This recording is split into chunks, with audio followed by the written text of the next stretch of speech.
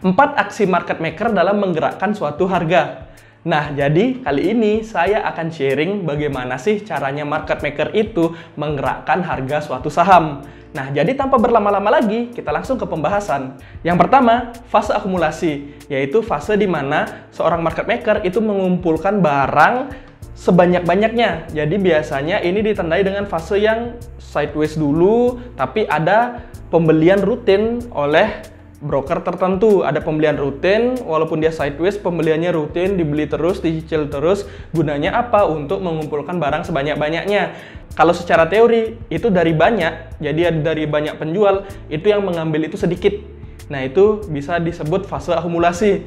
Yang kedua, fase markup, di mana di sini itu adalah menaikkan harga sahamnya. Jadi yang sebelumnya udah diakumulasi, dia akan menaikkan harganya. Tapi biasanya market maker itu nggak menaikkan harga terus-menerus. Ini biasanya dibantu oleh kita, para investor retail.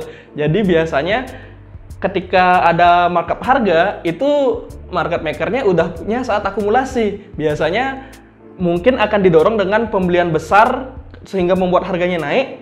Nah, kemudian akan disambut oleh investor retail, sehingga yang udah punya barang di bawah itu biasanya nggak melanjutkan untuk ngangkat harga. Yang ngangkat harga biasanya adalah kita. Kita akan membuat harga itu semakin naik.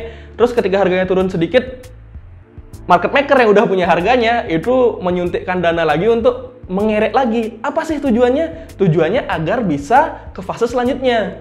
Nah, jadi setelah markup, fase yang ketiga adalah fase distribusi.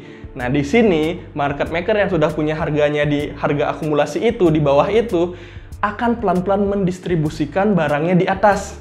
Jadi, setelah diakumulasi, terjadi markup yang biasanya lebih dominan itu adalah retail. Jadi, yang bukan akumulasi di bawah itu retail yang membuat harganya naik, kemudian didistribusikan oleh market maker yang sudah punya di harga bawah.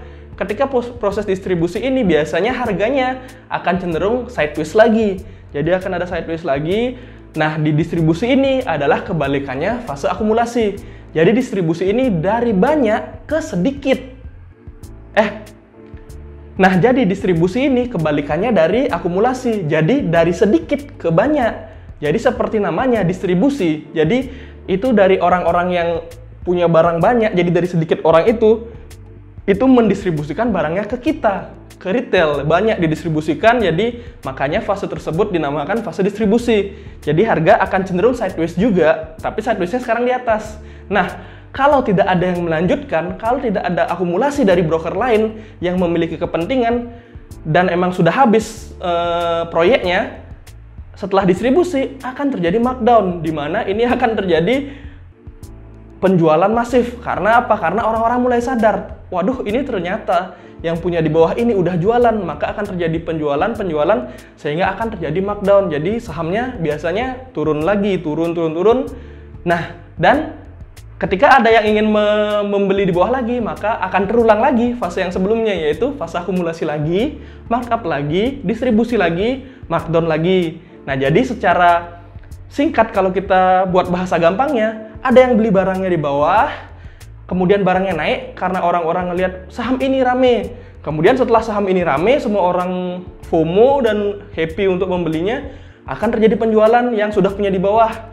Ketika sudah orang-orang sadar yang punya di bawah ini jualan, orang-orang akan jualan rugi, cut loss, turun.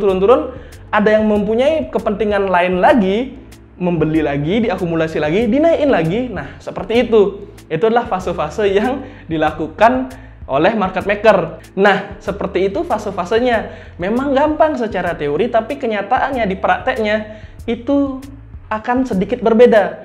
Karena apa?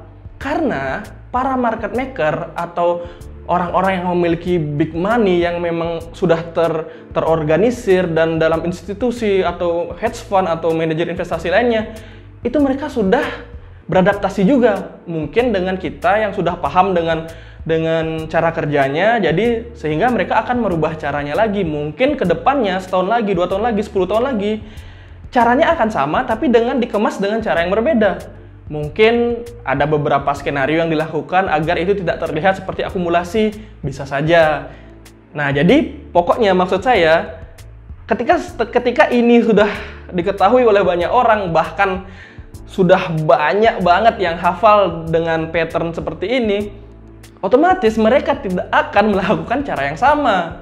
Tapi setidaknya kita tahu ada cara seperti ini dan ada aksi-aksi atau ada fase seperti ini. Nah, jadi seperti itu. Mudah-mudahan membantu kalian dan mudah-mudahan ilmu ini bermanfaat. Saya Yoga Arsana, pamit.